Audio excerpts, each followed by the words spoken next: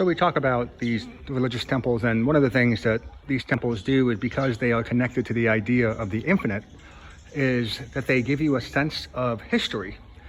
Now, that history, of course, will be incomplete because whoever can afford to build a massive temple probably has quite a bit of money, and therefore would not necessarily have the same experiences as the other 95% of the population.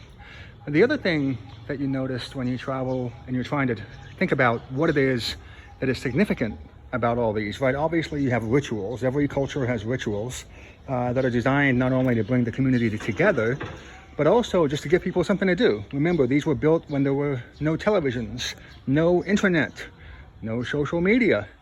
And this would be the equivalent. Coming here to the town square to see a ceremony would be the equivalent of what we have today.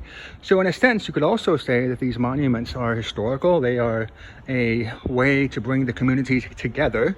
That's something to think about when you're on social media, and to see whether or not the town square online is able to mimic the old ways.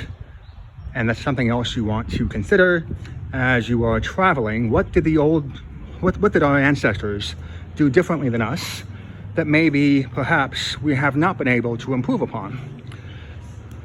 And this would be one of the temples here. Obviously, in Ayutthaya, the city was sacked. Most of what you see would be rebuilt.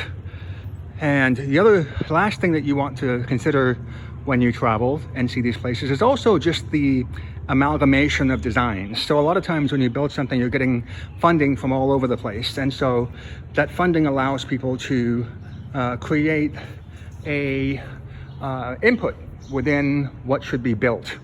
And so again, you've got these Roman columns. I don't know if this is exactly the original structure, but again, you can see how within this hybrid system, you can see how what you're trying to do is not only build a monument to history, but you can also see how you are creating a temple of peace by incorporating designs and cultural motifs of your neighbors and of the visitors that come to you.